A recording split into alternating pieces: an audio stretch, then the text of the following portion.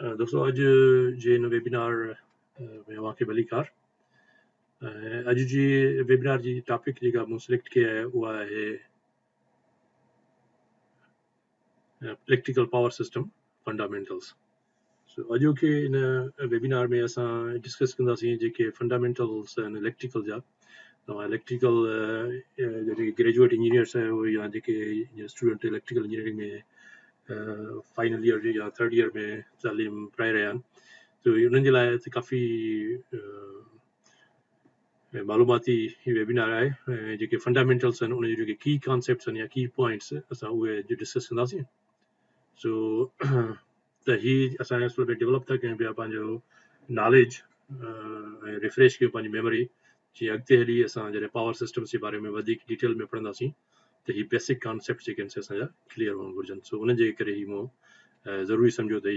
इन वेबिनार खे असां डिस्कस कयूं हुन में की पॉइंट्स खे। त अॼु जो जेको ऑब्जेक्टिव आहे सो ऑब्जेक्टिव इहो आहे त अॼु असां रिव्यू कंदासीं इलेक्ट्रिकल पावर सिस्टम जे फंडामेंटल्स में, जिन में जेके इंपॉर्टेंट पॉइंट्स असां डिस्कस कंदासीं सो उहे ई सभु लिस्टेड आहिनि हिते। AC/DC पावर सिस्टम्स जे बारे में, इन खां पोइ इलेक्ट्रिकल क्वांटिटीज़ त कहिड़ियूं इलेक्ट्रिकल क्वांटिटीज़ आहिनि, फंडामेंटल क्वांटिटीज़ कहिड़ियूं आहिनि, फेज़र्स फेज़ एंगल जेको हुन में कहिड़ो डिफरेंस आहे, फेज़र छा खे चवंदा आहियूं, फेज़ एंगल खे छो असां इस्तेमालु कंदा आहियूं, फ्रीक्वेंसी, इलेक्ट्रिकल सर्किट जो जेके इंपॉर्टेंट या की पैरामीटर्स आहिनि उहे कहिड़ा आहिनि, सिंगल फेज़ ऐं थ्री फेज़ में जो ब्रीफली असां डिस्क्राइब कंदासीं त हुन में कहिड़ो डिफरेंस आहे ऐं हुन में असां कीअं कैलकुलेट कंदा आहियूं, वोल्टेज ऐं करंट जो जेको रिलेशनशिप आहे उहो सिंगल फेज़ ऐं थ्री फेज़ में कहिड़ो हूंदो आहे। ऐं उन खां पोइ असां इहो डिस्कस कंदासीं फेज़ रोटेशन ऐं phase sequence. This is very important, न सिर्फ़ु पावर जनरेशन जे हिसाब सां पर जेके लोड आहिनि, मोटर्स आहिनि, उन्हनि जे लाइ ही फेज़ रोटेशन तमामु इंपॉर्टेंट आहे, स्पेशली थ्री फेज़ सिस्टम्स जे लाइ या पॉलीफेज़ सिस्टम्स जे लाइ। पॉलीफेज़ माना थ्री फेज़ खां वधीक जेके असां यूज़ कंदा आहियूं ड्राइव्स सिस्टम्स में, इलेक्ट्रिक ड्राइव्स AC ड्राइव्स में यूज़ थींदा आहिनि। सो उन जे लाइ ही फेज़ रोटेशन केतिरी इंपॉर्टेंट उन खे सम्झण जी कोशिशि कंदासीं। ऐं आख़िर में ही ॿ इंपॉर्टेंट जेके टॉपिक्स आहिनि, पावर ट्रायंगल ऐं मोटर ऐं जनरेटर जा जेके कैपेबिलिटी कर्व्स आहिनि, जेके असां चवंदा आहियूं रिएक्टिव पावर कैपेबिलिटी कर्व्स, उहे छा आहिनि ऐं हुन में कहिड़ी इंफॉर्मेशन हूंदी आहे, उहे छो यूज़ कंदा आहियूं। त ही जेके ॿ टॉपिक्स आहिनि इहे तव्हांखे जेकॾहिं फुली सम्झ में अची विया ऐं हिन जो कॉन्सेप्ट तव्हांजा कंप्लीटली क्लियर हूंदा त तव्हांखे पावर सिस्टम तक़रीबन 80% पावर सिस्टम ते तव्हांखे कमांड थी वेंदी त पावर सिस्टम ऑपरेट कीअं थो करे। सो अचो त डिटेल में हाणे हिनखे ॾिसूं। त सभ खां पहिरियों फंडामेंटल्स में असांजो जेके पावर सिस्टम जे जेके टाइप्स आहिनि सो उहे fundamentally there are two types. हिकिड़ो सिस्टम खे असां चवंदा आहियूं DC सिस्टम यानी डायरेक्ट करंट सिस्टम, ऐं ॿिए खे असां चवंदा आहियूं AC सिस्टम। हाणे हिननि ॿिन्ही सिस्टम जे बारे में त तव्हांखे फंडामेंटली इहा ख़बर आहे त इहे ॿ सिस्टम्स हूंदा आहिनि, पर हिते हिन जो सिर्फ़ु मेंशन हिन जे करे कयोसीं त जीअं असांजे ज़हन में इहे हुजनि त असां हेठि ॿियूं पॉइंट्स जॾहिं डिस्कस कयूं त इहे इन जी बेस ते कीअं उन में ऑपरेट थींदियूं। ऐं साॻिए नमूने सां वरी फंडामेंटली इलेक्ट्रिकल क्वांटिटीज़ जेके आहिनि उहे ॿिन्ही क़िस्मनि जूं हूंदियूं आहिनि, हिकिड़ो वोल्टेज ऐं ॿी खे असां इलेक्ट्रिकल क्वांटिटी खे चवंदा आहियूं करंट। यानी वोल्टेज हूंदो त करंट फ्लो कंदो, ऐं करंट तॾहिं फ्लो कंदो जॾहिं असांजो सर्किट कंप्लीट हूंदो, जेकॾहिं सर्किट कंप्लीट न हूंदो there will be no current flow. ऐं ही ॿई जेके क्वांटिटीज़ आहिनि इलेक्ट्रिकल जूं, these are the two fundamental electrical quantities. ऐं इन खां अलावा ॿियूं जेके बि इलेक्ट्रिकल क्वांटिटीज़ आहिनि they are all function of voltage and current. हाणे function of voltage and current जो मतिलबु आहे दे डिपेंड, यानी उन्हनि ॿियूं जेके बि इलेक्ट्रिकल क्वांटिटीज़ आहिनि उन में जेका बि वेरिएशन ईंदी उहा ईंदी आहे वोल्टेज ऐं करंट जी वेरिएशन जे करे। यानी whatever the change in voltage और whatever the change in current is happening, other electrical quantities depend on that change. उन जे करे असां उनखे चवंदा आहियूं त those quantities are function of voltage and current. So हाणे हिते एग्जांपल मिसाल ॻाल्हि हिकिड़ी इलेक्ट्रिकल क्वांटिटी आहे पावर,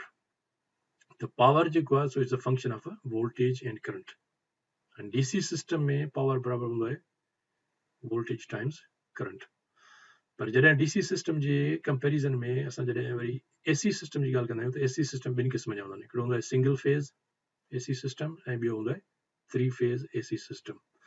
ऐं AC सिस्टम में पावर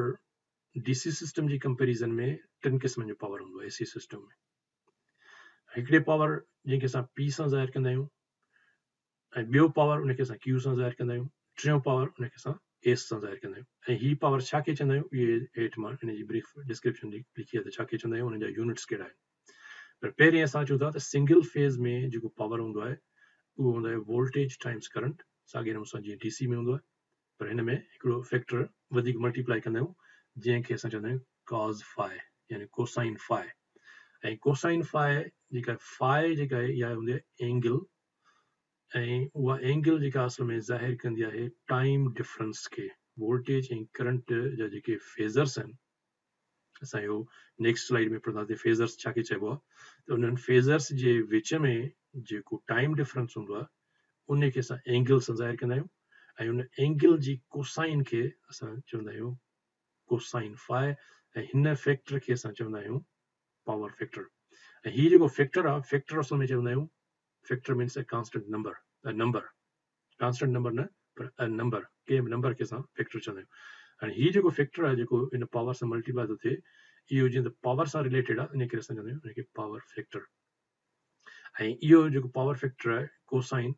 इहो न एक्टिव पावर सां मल्टीप्लाई थींदो आहे। हीउ जेको सिंगल फेज़ पावर आहे, इन में ही वोल्टेज ऐं current they both are single phase, they both are phase voltage and phase current. ऐं फेज़ वोल्टेज असां उन वोल्टेज खे चवंदा आहियूं जेका हिकिड़े फेज़ खां न्यूट्रल जे विच में हुजे, उन खे असां फेज़ वोल्टेज चवंदा आहियूं। ऐं जीअं त न्यूट्रल मोस्टली कनेक्टेड हूंदो आहे ग्राउंड सां, तंहिंजे करे न्यूट्रल ऐं ग्राउंड वोल्टेज ऑलमोस्ट सेम हूंदी आहे, उन करे असां हिनखे चवंदा आहियूं फेज़ टू ग्राउंड या फेज़ टू न्यूट्रल वोल्टेज। जॾहिं असां ड्राइव सिस्टम्स में अॻिते पढ़ंदासीं त पोइ असां इहो बि ॾिसंदासीं त भई ग्राउंड सिस्टम, ग्राउंड वोल्टेज छा हूंदी आहे। सो फेज़ वोल्टेज ग्राउंड वोल्टेज में थोरो डिफरेंस हूंदो आहे, पर हिते इहो सम्झो त phase voltage is the voltage from phase to neutral या phase to ground। साॻे नमूने सां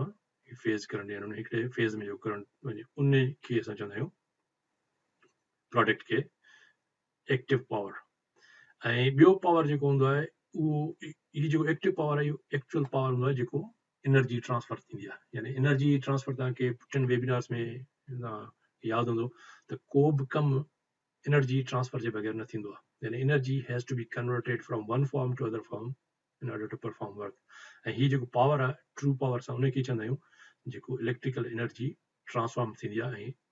उन सां वर्क थींदो आहे। ऐं ॿियो पावर हीउ जेको क्यू सां जंहिंखे असां ज़ाहिर कंदा आहियूं, इन खे असां चवंदा आहियूं रिएक्टिव पावर, जेको हिते लिखियलु आहे हेठि रिएक्टिव पावर। ऐं ही पावर वरी साॻे नमूने सां ही सिंगल फेज़ सिस्टम आहे, so voltage single phase voltage, phase current. ऐं हिते जेको असां फैक्टर मल्टीप्लाई था कयूं उहो हूंदो आहे साइन ऑफ एंगल या फेज़र एंगल, हिननि जे विच में, जेको मां नेक्स्ट स्लाइड में तव्हांखे ॿुधाईंदुसि त ही फेज़र एंगल छा आहे। ऐं हीउ जेको पावर आहे इहो पावर असल में यूज़ कोन थींदो आहे, इहो टेम्पररली सिस्टम में स्टोर थींदो आहे ऐं वरी इमीडिएटली वापसि सिस्टम में ईंदो आहे। सो इन खे असां चवंदा आहियूं रिएक्टिव पावर। ऐं इहो स्टोर कहिड़े फॉर्म में थींदो आहे, इहो ॿिनि फॉर्म्स में स्टोर थींदो आहे। हिकिड़ो त थींदो आहे मैग्नेटिक फील्ड जे फॉर्म में, ऐं उहो हूंदो आहे इंडक्टर्स में। ऐं ॿियो वरी इहो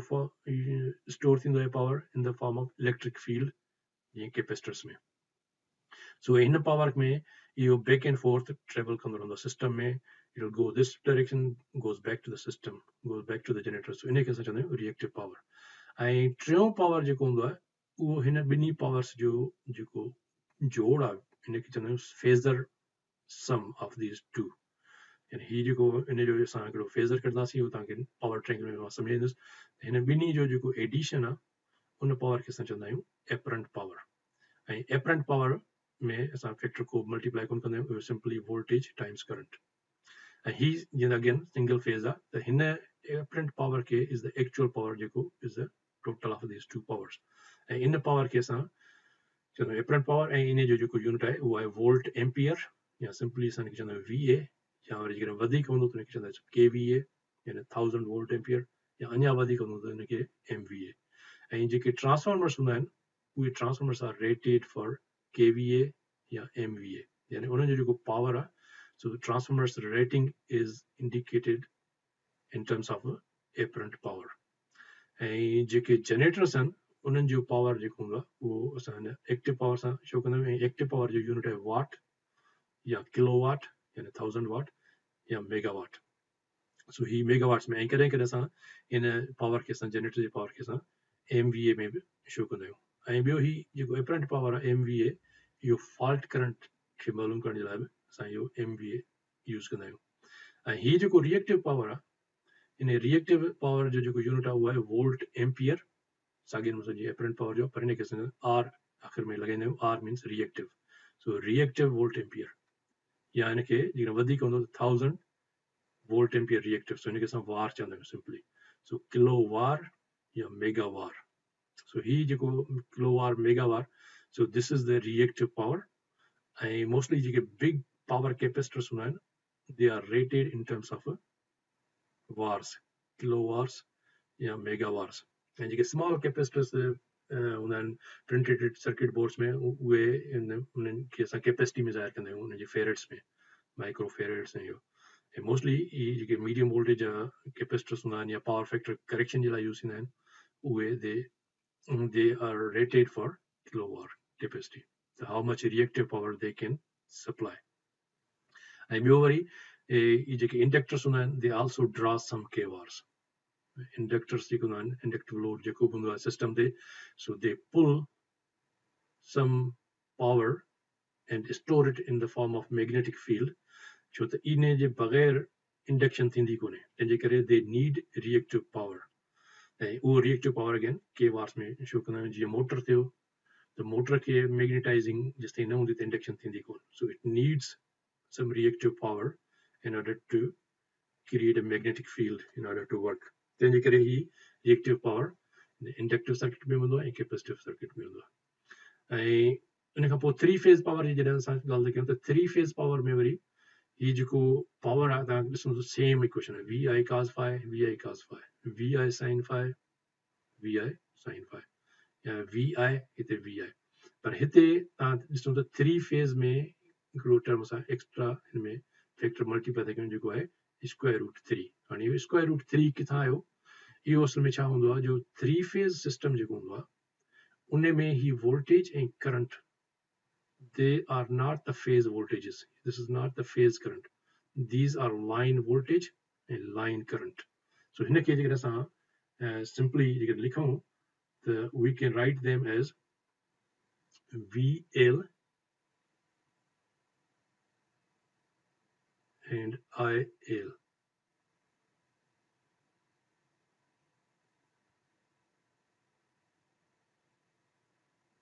Line voltage and line current.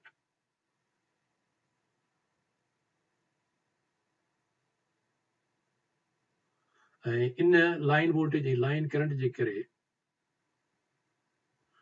छा हूंदो आहे, जेको 3 फेज़ सिस्टम हूंदो आहे, 3 फेज़ सिस्टम जा ॿ टाइप्स हूंदा आहिनि। हिकिड़े खे असां चवंदा आहियूं स्टार सिस्टम ऐं ॿियो हूंदो आहे डेल्टा सिस्टम। ऐं स्टार सिस्टम में छा हूंदो आहे, इहो असां नेक्स्ट स्लाइड में कंदासीं, त हिन में जेको फेज़ वोल्टेज हूंदो आहे बराबरि हूंदो आहे line voltage divided by square root 3। ऐं इन में करंट जेको हूंदो आहे, फेज़ करंट, उहो सेम हूंदो आहे एज अ लाइन करंट। जॾहिं त डेल्टा सिस्टम में वरी जेको फेज़ वोल्टेज हूंदी आहे is the same as line voltage. ऐं हिन में वरी सिर्फ़ु इहो हूंदो आहे त जेको फेज़ करंट हूंदो आहे, उहो बराबरि हूंदो आहे line current divided by square root 3। तंहिंजे करे छा हूंदो, जो जॾहिं असांखे 3 फेज़ सिस्टम में जे 3 फेज़ हुजनि, त जेकॾहिं असांखे सिंगल फेज़ जो ही पावर मिलियल आहे, हिन सिंगल फेज़ पावर खे जेकॾहिं असां 3 सां मल्टीप्लाई कयूं त असांखे 3 फेज़ पावर मिलंदो। सो हिते जेकॾहिं असां लिखूं single phase power is equal to VI cos phi, ऐं हिन में V जेका आहे फेज़ वोल्टेज आहे, हीअ आहे फेज़ करंट। हाणे हिनखे जेकॾहिं असां 3 फेज़ में कन्वर्ट कयूं, त असांजो पोइ असां छा कंदासीं, जो असां हिनखे 3 सां मल्टीप्लाई कंदासीं, 3V phase I phase and cos phi। ठीकु आहे। हाणे छा आहे त जेको 3 फेज़ सिस्टम आहे, उन में ही त असांजो 3 ऐं ॾिठो त V फेज़ जेकॾहिं असांजो स्टार कनेक्टेड सिस्टम आहे सपोज कयो त स्टार कनेक्टेड सिस्टम में phase voltage is equal to line voltage times square root 3 divided by square root 3 so इन जो मतिलबु आहे VL divided by square root 3 ऐं I फेज़ ऐं लाइन इज साॻियो आहे सो असां हिते I लाइन लिखी सघूं था टाइम cos phi सो इन जो मतिलबु त हाणे हिनखे तव्हां जॾहिं डिवाइड कंदो स्क्वायर रूट 3 सां त हिते असांखे बाक़ी बचंदो स्क्वायर रूट 3 सो हीअ थियो वञे असांजो square root 3 VL IL cos phi so तंहिंजे करे असां हिते लिखियो आहे square root 3 VL cos phi पर साॻिए नमूने सां जेकॾहिं असां वटि डेल्टा सिस्टम हुजे हा त पोइ बि साॻी ॻाल्हि थिए हा छो त डेल्टा सिस्टम में वरी इहे असां लिखूं था 3 हाणे पहिरें V phase I phase cos phi इहो असां हिते लिखियोसीं 3 फेज़ पावर त हिन जो मतिलबु आहे 3 फेज़ 3 ऐं जॾहिं असां डेल्टा सिस्टम सां वरी असां कंसीडर कयूं त डेल्टा सिस्टम में असां ॾिसूं था V फेज़ ऐं I फेज़ साॻियो आहे सो हिते जेकॾहिं असां लिखूं त V फेज़ जी जॻह VL सेम थिंग ऐं I फेज़ जेको आहे उहो बराबरि आहे IL over square root 3 times cos phi हाणे हिन सूरत में वरी असां हीअ जेको 3 आहे हिनखे डिवाइड इन 3 खे डिवाइड कंदे हिते असांखे मिलंदो 3 so this is again equal to square root 3 VL IL cos phi so हाणे तव्हां ॾिठो त ही असांजो फेज़ 3 फेज़ पावर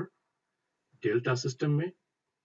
असां डेल्टा में कैलकुलेट कयोसीं त डेल्टा जेकॾहिं कनेक्शन आहे त हुन में 3 फेज़ पावर इन आहे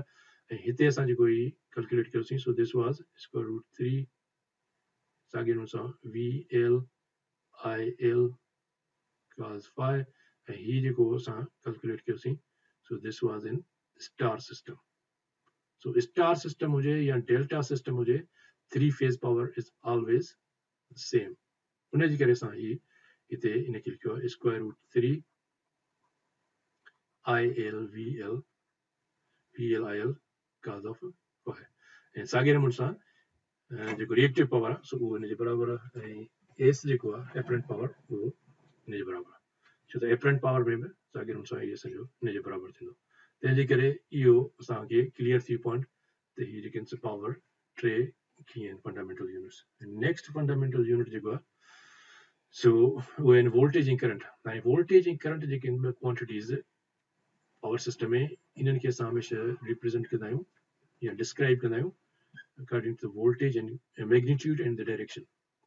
in magnitude and direction जे बगैर असां हिनखे we cannot define them तंहिंजे करे उहा क्वांटिटी जंहिंखे मैग्नीट्यूड हुजे ऐं डायरेक्शन हुजे उनखे असां फिजिक्स में त चवंदा आहियूं वेक्टर पर जीअं त असां इलेक्ट्रिकल इंजीनियर पाण खे हुन खां अलॻि सम्झंदा आहियूं फिजिक्स सां तंहिं करे असां हुनखे वेक्टर जी जाइ ते फेज़र सां शो कंदा आहियूं so that's called phasor so phasor जेको आहे जो रिप्रेज़ेंट थो करे एक्चुअली इन लाइक फिजिक्स में जी वेक्टर के मैग्नीट्यूड एंड डायरेक्शन के तंहिं करे वोल्टेज ऐं करंट जेके सी फेज़र्स उनखे चवंदा आहियूं ऐं जेको डीसी सिस्टम हूंदो आहे डीसी सिस्टम में इहे ॿई फेज़र्स जेके हूंदा आहिनि they don't change their direction उनजो डायरेक्शन सेम हूंदो आहे जेको बि डायरेक्शन हूंदो they will always stay positive direction जेके नेगेटिव डायरेक्शन हूंदो they will stay in that negative direction पर जॾहिं एसी सिस्टम जी ॻाल्हि था कयूं त एसी सिस्टम में वोल्टेज ऐं करंट ॿई पंहिंजो डायरेक्शन बि चेंज कंदा आहिनि ऐं पंहिंजो मैग्नीट्यूड बि चेंज कंदा आहिनि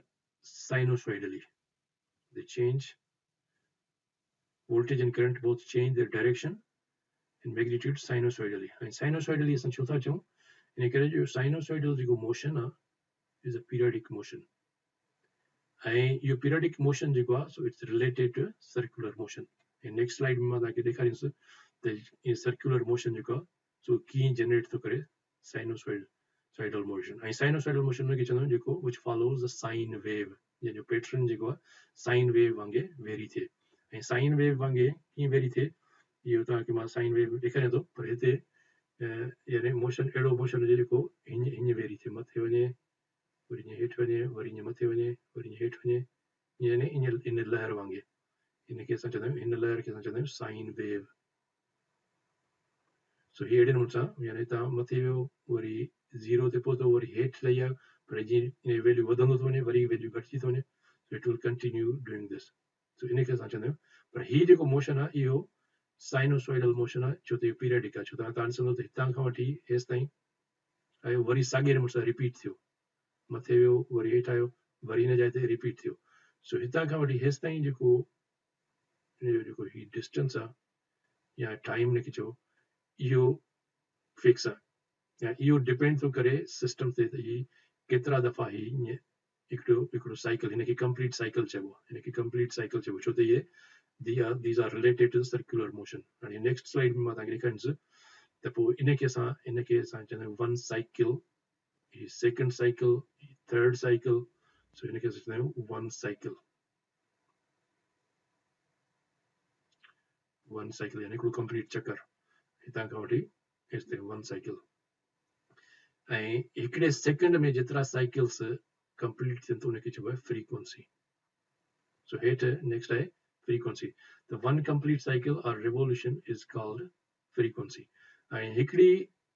या frequency हिकिड़े सेकंड में जेतिरी frequency हुजे उनखे जेकॾहिं सपोज कयो त 50 टाइम्स उहो चेंज थो थिए हिकिड़े सेकंड में 50 साइकिल्स कंप्लीट थो करे पर सेकंड त हिनखे असां बजाय जो साइकिल्स पर सेकंड लिखूं हिनखे असां साइकिल्स पर सेकंड खे ॿियो यूनिट हिनजो आहे हर्ट्स जेके असां ज़ाहिर कंदा आहियूं HZ सां ऐं ही हर्ट्स जेको आहे जर्मन फिजिक्स उनजे नाले जे पुठियां हिनखे असां हर्ट्स चवंदा आहियूं सो 50 हर्ट्स अहिड़े नमूने जेकॾहिं ॿियो सिस्टम हूंदो आहे जंहिंमें हूंदा आहिनि 60 हर्ट्स सो दुनिया में असल में इहे ॿ सिस्टम्स मरोज आहिनि 50 हर्ट्स ऐं 60 हर्ट्स सो पाकिस्तान में इहो जेको सिस्टम आहे उहो 50 हर्ट्स आहे यानी साइन वेव जेका आहे वोल्टेज जी हुजे या करंट जी हुजे it varies it completes one cycle, two cycles, three cycles, and 50 cycles. हिकिड़े सेकंड में इवन थी सो ज़ीरो खां हिकिड़ो दफ़ो ज़ीरो आयो वरी ॿियो दफ़ो ज़ीरो ते पहुती पोइ वरी मथे वई यानी ही एतिरा दफ़ा ज़ीरो ते अची त जेके लाइट बल्ब आहिनि तव्हां ॾिठो हूंदो त लाइट बल्ब असल में ई ॿ दफ़ा हिकिड़े साइकिल में यानी त ज़ीरो खां त स्टार्ट थियो वरी ऑन थियो हिते ऑफ थी वियो वरी हिते अची वरी ऑफ थी वियो यानी हिकिड़े साइकिल में बल्ब ॿ दफ़ा ॿरंदो आहे ऑन थींदो आहे ऑफ थींदो आहे पर एतिरो फास्ट आहे यानी 50 साइकिल्स आहे माना 100 दफ़ा हिकिड़े सेकंड में उहो बल्ब ऑन थींदो आहे ऑफ थींदो आहे असांखे ख़बर कोन पवंदी आहे इट्स वेरी फास्ट सो इनखे असां चवंदा आहियूं फ्रीक्वेंसी ऐं जेके वोल्टेज ऐं करंट आहिनि इहे असां रिलेटिवली इहे साइनोसॉइडली वेरी थींदा आहिनि त उन्हनि जे साइनोसॉइडल वेरी थियण जे करे जेको टाइम डिफरेंस हूंदो आहे हाणे ही सपोज के वोल्टेज वेव फॉर्म आहे उन खां पोइ ॿियो वरी असां जो आहे हिकिड़ो करंट वेव फॉर्म ऐं हिनखे असां ॿिए कलर सां शो था कयूं हाणे उहो सपोज कयो हीअ असांजी रेड वोल्टेज आहे ऐं ॿियो करंट असांजो सपोज कयो त हितां थो स्टार्ट थिए ऐं पोइ वरी ईअं अचे थो वरी ईअं वञे थो त हिन खां थोरो डिले खां पोइ आयो माना थोरो टाइम डिफरेंस खां पोइ यानी सर्कल में ही सर्कुलर मोशन मूं तव्हांखे ॿुधायो त ही सर्कल में ही वियो ऐं जॾहिं हिन जाइ ते पहुतो पोइ वरी ही करंट पोइ थो हिनजो सर्कल अचे हीअ जेको टाइम डिफरेंस आहे इन टाइम डिफरेंस खे टाइम खे असां ज़ाहिर कंदा आहियूं सेकंड्स में नॉर्मली टाइम जो जेको यूनिट आहे उहो हूंदो आहे सेकंड्स पर हिते असां जीअं त सर्कुलर मोशन आहे त इन जो जेको टाइम डिफरेंस आहे बजाए जो असां सेकंड्स में ज़ाहिर कयूं इनखे असां डिग्रीज़ में ज़ाहिर कंदा आहियूं त केतिरा डिग्रीज़ जेको आहे हिन में फ़र्क़ु आहे उनखे असां चवंदा आहियूं फेज़ एंगल हिन डिग्रीज़ खे असां चवंदा आहियूं फेज़ एंगल उनखे असां डिग्रीज़ सां ज़ाहिर कंदा आहियूं त हिन जे विच में जेको डिफरेंस हूंदो आहे सो नेक्स्ट स्लाइड में उहो तव्हांखे क्लियर थींदो ऐं उनखे असां ज़ाहिर कंदा आहियूं उन एंगल खे इन ग्रीक लेटर सां जेके असां चवंदा आहियूं फाइ PHI हिनखे प्रोनाउंसिएशन हिन जी उचार हिन जो आहे फाइ कॾहिं कॾहिं हिनखे फी बि चवंदा आहिनि फी या फाइ सो हीअ हिन जो सिंबल आहे ऐं साॻिए नमूने सां वरी इहे जेके पावर्स असां टे पढ़ियासीं P Q ऐं S ही P ॿियो पावर हो Q ऐं टियों पावर हो S त हीअ जेको इन में रेशियो आहे हिन P जो P पावर खे S सां डिवाइड करे त हीअ जेको रेशियो आहे हिन रेशियो खे असां चवंदा आहियूं पावर फैक्टर ऐं हिनखे असां जॾहिं ट्रेंगल में तव्हांखे मां ॾेखारींदुसि त ट्रेंगल जेको राइट ट्रेंगल हूंदो आहे हिन राइट ट्रेंगल में ही सपोज कयो असांजी फाइ आहे ही असांजी 90 डिग्री आहे त ही जेको हूंदो आहे ही हूंदो आहे हेपाटिन्यूज़ ही हूंदो आहे असांजो परपेंडिकुलर ऐं ही असांजो हूंदो आहे बेस the 90 degree या the 90 जो opposite side होंगे hypotenuse the असां trigonometry में था पढ़िया होंदो the cosine of phi इहो जेको रेशियो हूंदो आहे sorry base over hypotenuse so base जेको आहे असांजो पावर ट्रायंगल में असां अॻिते हली पढ़ंदासीं त base जेको हूंदो आहे इन खे असां शुरू कंदा आहियूं p सां ऐं hypotenuse खे असां शुरू कंदा आहियूं a सां तंहिंजे करे cos phi is perpendicular upon base so इन खे असां ॿियनि लफ़्ज़नि में लिखंदासीं p over a is also called cosine of phase angle so cosine of phase angle खे असां ॿियनि लफ़्ज़नि में चवंदा आहियूं power factor इहो असां अॻिते डिस्कस कंदासीं त power factor जेको आहे is the ratio of p is the true power and divided by apparent power so इन जे रेशियो खे असां चवंदा आहियूं power factor ऐं उहो थींदो आहे cosine phi सां ज़ाहिर कंदा आहियूं so हिते हिन पिक्चर में तव्हांखे हाणे क्लियर थींदो त ही हिते शो कयल आहे हिकिड़ो रोटेशन ही जनरेटर जी सपोज कयो शाफ्ट आहे ही जनरेटर ऐं हिन में हिकिड़ो ही फेज़र शो कयो आहे असांखे करंट शो कयो आहे ही वोल्टेज बि थी सघे थो सो नो प्रॉब्लम ॿिन्ही साॻी ॻाल्हि आहे सो ही जेको फेज़र आहे ही फेज़र हिन 0 डिग्री खां स्टार्ट थिए थो ऐं हिन जी ॾिसो त एम्पलीट्यूड त साॻियो ई आहे छो त रेडियस सर्कल जो रेडियस त सेम ई हूंदो आहे सो हिन जो एम्पलीट्यूड या हिन ॿियनि लफ़्ज़नि में चवंदा आहियूं जेको मैग्नीट्यूड आहे सो उहो त सेम आहे पर इहो हीअं रोटेट थो करे ऐं इहो रोटेट थो करे हिन डायरेक्शन में काउंटर क्लॉकवाइज़ डायरेक्शन ऐं काउंटर क्लॉकवाइज़ डायरेक्शन खे असां हमेशह कंसिडर कंदा आहियूं as a positive direction so इहो सपोज़ कयो त कंहिं स्पीड सां हीअं रोटेट थो करे त हिन फेज़र जो जेकॾहिं सपोज़ कयो हिते मां ड्रा कयां हिकिड़ो प्रोजेक्शन हिते सपोज़ कयो त असां हेॾे लाइट वेव्स हिते शो था कयूं हाणे हिकिड़ी सिंपल हिकिड़ो एग्ज़ाम्पल आहे सपोज़ कयो हिते लाइट शाइन था कयूं असां हिते असां लाइट वेव अचे थी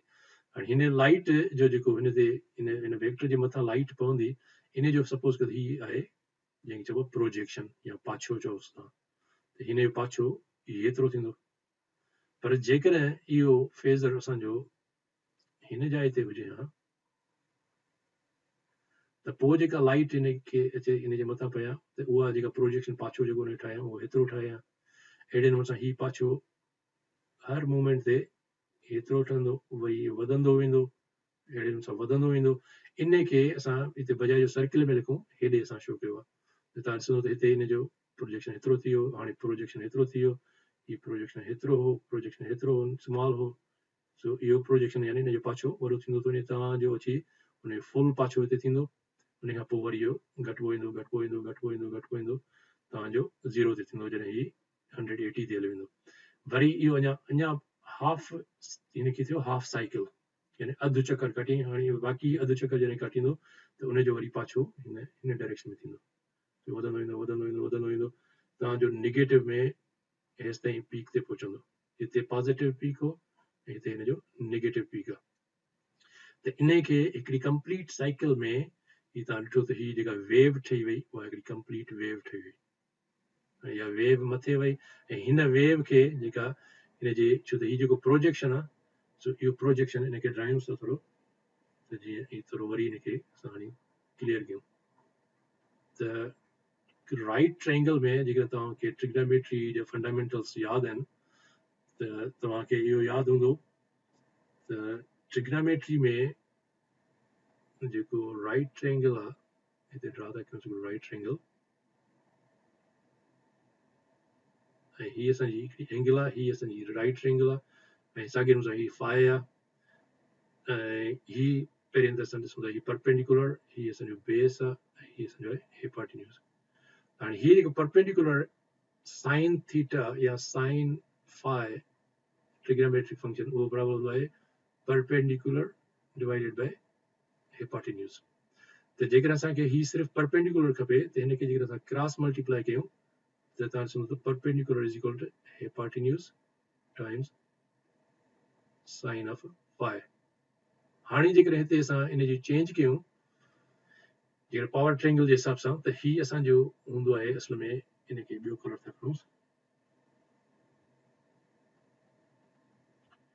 त हिनखे असां चवंदा आहियूं हिन ते खे चवंदा आहियूं एक्टिव पावर ऐं हीअ जेको हूंदो आहे उनखे असां चवंदा आहियूं क्यू ऐं हिनखे असां चवंदा आहियूं एस जेको असां हींअर पढ़ियासीं नेक्स्ट असां ॾिसंदासीं त हिन जो मतिलबु त बी जी जाइ ते जेकर असांखे पी खपे पी जी जाइ ते हाणे असांजो आहे Q Q is equal to एच जी जाइ ते असांजो आहे एस ऐं साइन फाइ ऐं एस खे असां ज़ाहिर कंदा आहियूं छा सां वी ऐं आई सां सो हिते इन जो मतिलबु थियो त Q is equal to V I sine phi साॻे नमूने सां वरी जेकर असां कोसाइन कंदासीं त उन सूरत में वरी असां जेकर लिखूं कॉस फाइ त उहा हूंदी आहे बेस अपॉन हिपाटिन्यूज़ हाणे हिते बेस जेको असांजो आहे P which is the true power ऐं हिपाटिन्यूज़ असांजो आहे एस सो पी ओवर एस त हिन सूरत में वरी असां जेकर ही पी असां मालूम कयूं त हिनखे क्रॉस मल्टीप्लाई कंदासीं हाणे हिनखे थोरी देरि लाइ सम्झो त हिते कोन्हे हाणे हिते क्रॉस मल्टीप्लाई कयो त P is equal to S times cosine phi ऐं एस बराबरि हूंदो आहे वी टाइम्स आई जे ऐं कोसाइन फाइ तंहिं करे हीअ असांजो जेको ट्रू पावर आहे उहो बराबरि हूंदो आहे वी आई कोसाइन फाइ ऐं हीउ क्यू जेको आहे उहो असांजो आहे वी आई साइन फाइ तंहिंजे करे हिते ई लिखियलु आहे त जेको कहिड़े बि इंस्टेंट ते हिन जाइ ते हिन जाइ ते हिन जाइ ते तव्हां ॾिसंदो त हीउ जेको एट एनी इंस्टेंट हीउ जेको पावर आहे उहो हिन पावर जे ही सपोज कयो त असांजो वेक्टर आहे आई मैक्सिमम फुल मैग्नीट्यूड आहे सो आई एम त हिन आई एम खे ही असांजो आई एम आहे त ही पासो जेको असांजो थींदो उहो थींदो I am times sine of हिते जेका बि एंगल हिते फर्स्ट कयो ओमेगा टी आहे त असां लिखंदासीं sine of omega t I M sine of omega t हिते असां हिकिड़ो हिन जो प्लस ही एंगल एड कई आहे हिन जो मतिलबु आहे त ही periodic function so it will keep repeating after certain angle so in this case 360 degree so will keep repeating so तंहिंजे करे ये इनखे चइबो आहे त कहिड़ी बि मूवमेंट में इनखे चइबो आहे इंस्टेंटेनियस माना एट दिस इंस्टेंट हिन जो वैल्यू हेतिरो आहे हिन टाइम ते हेतिरो आहे हिन टाइम ते हेतिरो आहे त जहिड़ी बि पॉइंट ते असां मालूम कयो त हिन जाइ ते कहिड़ो आहे त उहो वैल्यू असां हिन फॉर्मूला सां मालूम कंदासीं त हिते हिन जो वैल्यू एतिरो आहे हिते जॾहिं फुल ते पहुचंदो त then that will be the maximum हिते मैक्सिमम छो त साइन 90 डिग्री हिते थींदी so sine 90 is equal to 1 so तंहिंजे करे इन जाइ ते असांजो थींदो आई मैक्सिमम ऐं हीअ असांजो 1 हूंदो that will be I maximum तंहिंजे करे असां हिते लिखियो आहे आई मैक्सिमम हिते असांजो आहे नेगेटिव आई मैक्सिमम छो त हिन जाइ ते sine 270 degrees will be -1 so this is minus IM so इहो तव्हांखे क्लियर थी वियो त फेज रोटेशन ऐं साइनोसॉइडल वेव में पाण में कहिड़ो रिलेशनशिप हूंदो आहे छो त जनरेटर क्लॉकवाइज रोटेट कंदो आहे काउंटर क्लॉकवाइज सो इहो ही साइन वेव्स हूंदी आहे इन जे करे असां हिनखे साइन वेव यूज़ कंदा आहियूं ऐं तव्हां हिते ई नोट कयो त साइन वेव में इंस्टेंटेनियस वैल्यू करंट जो कहिड़ी बि पॉइंट ते साइन वेव जे कहिड़े बि नुक़्ते ते उहो is given by this formula यानी आई मैक्सिमम जेको मैक्सिमम वैल्यू आहे उनखे मल्टीप्लाई कंदासीं in a factor sign factor then this will give us this value how much is this value which is here hetro current and hetro current या साॻे नमूने सां voltage हूंदी त असां साॻी रूल अप्लाई कंदो वोल्टेज जे लाइ सो इहो मुद्दो तव्हांखे क्लियर थी वियो त साइन वेव छा खे चइबी आहे उन खां पोइ नेक्स्ट पॉइंट आहे ही 3 फेज सिस्टम हाणे 3 फेज सिस्टम मूं तव्हांखे पहिरें इंडिकेट कयो स्टार डेल्टा जो पहिरें सो हिते ही ॿ शो करनि त हीअ आहे स्टार सिस्टम जंहिंमें हर फेज हिकिड़ो ही फेज आर वाई ऐं बी ऐं हिनखे असल में आर वाई बी इन करे त चऊं हीअ ब्रिटिश सिस्टम आहे तव्हांखे मां नेक्स्ट ॿुधाईंदुसि छो आर वाई बी आहे पर ही सम्झो त ही 3 फेज़िस आहिनि त 3 फेज़ जी ही जेका स्टार्टिंग पॉइंट आहे ही सपोज कयो त हिनजी स्टार्टिंग पॉइंट आहे हिनखे असां चऊं था स्टार्ट ऐं हिनखे असां चऊं था suppose this is start so हिनखे चवंदा R1 हिनखे था चऊं R2 माना हिनजी एंड हेॾे मूंसां हीअ आहे B1 ऐं हिनखे असां चवंदा B2 हिन एंड खे कॉइल जे एडे अनुसार हिन खे तव्हां चयोसि सॉरी y1 ऐं ही y2 त जेके स्टार्ट पॉइंट्स आहिनि टिनी कॉइल्स जूं दे आर ऑल कनेक्टेड टुगेदर ऐं हिन खे असां इन करे चवंदा आहियूं असां स्टार सिस्टम ऐं हीउ जेको हिते शो कयल आहे हिते न्यूट्रल पॉइंट नॉर्मली इन न्यूट्रल पॉइंट जी ज़रूरत कोन्हे का हिन केबल जी पर हिकिड़ा सिस्टम्स अहिड़ा हूंदा आहिनि जेके अहिड़े नमूने सां हितां सपोज़ कयो सम्झो हीअ ऐं टियों फेज़ हीअ त हाणे अहिड़ा लोड जेके 3 फेज़ लोड हुजनि देन हिन ते जेकर असां कनेक्ट कयूं हिते सप्लाई सां हेॾे अचे थी 3 फेज़ लोड आहे त असांखे हिन स्टार जी ज़रूरत कोन पवंदी आहे पर जेकॾहिं के लोड अहिड़ा हूंदा आहिनि जेके असांखे हिन जे विच में कनेक्ट करणा हूंदा आहिनि यानी फेज़ ऐं सपोज़ हिकिड़ो लोड आहे हिते इहो लोड इन फेज़ ऐं न्यूट्रल जे जीअं घरनि में लाइटिंग जो लोड हूंदो आहे त उहो फेज़ ऐं न्यूट्रल ते हलंदो आहे सिंगल फेज़ लोड त जेके सिंगल फेज़ लोड्स हूंदा आहिनि उन जे लाइ असांखे लाज़मन हिते हिकिड़ो एक्स्ट्रा कंडक्टर लॻाइणो पवंदो आहे तंहिंजे करे हिन खे असां चवंदा आहियूं 3 फेज़ 4 वायर सिस्टम चयो वेंदो आहे 3 फेज़ 4 वायर सिस्टम ऐं जेका 4th वायर हूंदी आहे उहा न्यूट्रल हूंदी आहे only to provide the connection point for single phase load ही फर्स्ट को लाइटिंग लोड आहे ॿियो बि अहिड़े नमूने सां लाइटिंग हुजे या सिंगल फेज़ मोटर हुजे मोटर हुजे सिंगल फेज़ त हिनखे चवंदा सिंगल फेज़ मोटर हुजे त अहिड़े क़िस्म जो लोड बि हिते हिन सां कनेक्ट थियूं त इन खे असां चवंदा आहियूं न्यूट्रल पॉइंट ऐं इन स्टार कनेक्टेड सिस्टम में मूं तव्हांखे ॿुधायो त फेज़ वोल्टेज जेका हूंदी आहे फेज़ वोल्टेज में न बिटवीन फेज़ एंड न्यूट्रल जेको मूं तव्हांखे पहिरियों ॿुधायो हिनखे चइबो आहे वी फेज़ वोल्टेज अहिड़े नमूने सां हिन वाई ऐं न्यूट्रल जे विच में जेका हुजे वोल्टेज उनखे असां चवंदा आहियूं वाई फेज़ वोल्टेज साॻे नमूने सां इन ब्लू जे त फेज़ वोल्टेज बराबरि हूंदी आहे लाइन वोल्टेज वरी असां चवंदा आहियूं त हिन लाइन रेड ऐं इन बी जे विच में जेको वोल्टेज हुजे उनखे असां चवंदा आहियूं माना लाइन टू लाइन वोल्टेज जेके चवंदा आहियूं वी लाइन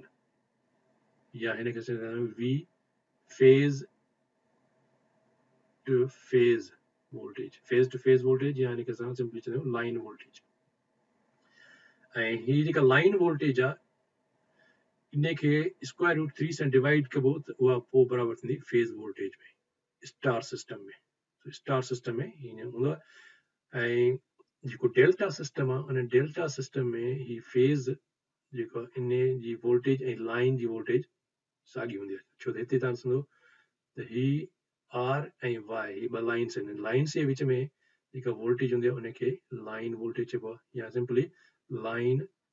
टू लाइन चइबो आहे या असां शॉर्ट में चवंदा आहियूं लाइन वोल्टेज ऐं या हिनखे ॿियनि लफ़्ज़नि में असां चवंदा आहियूं V phase to phase voltage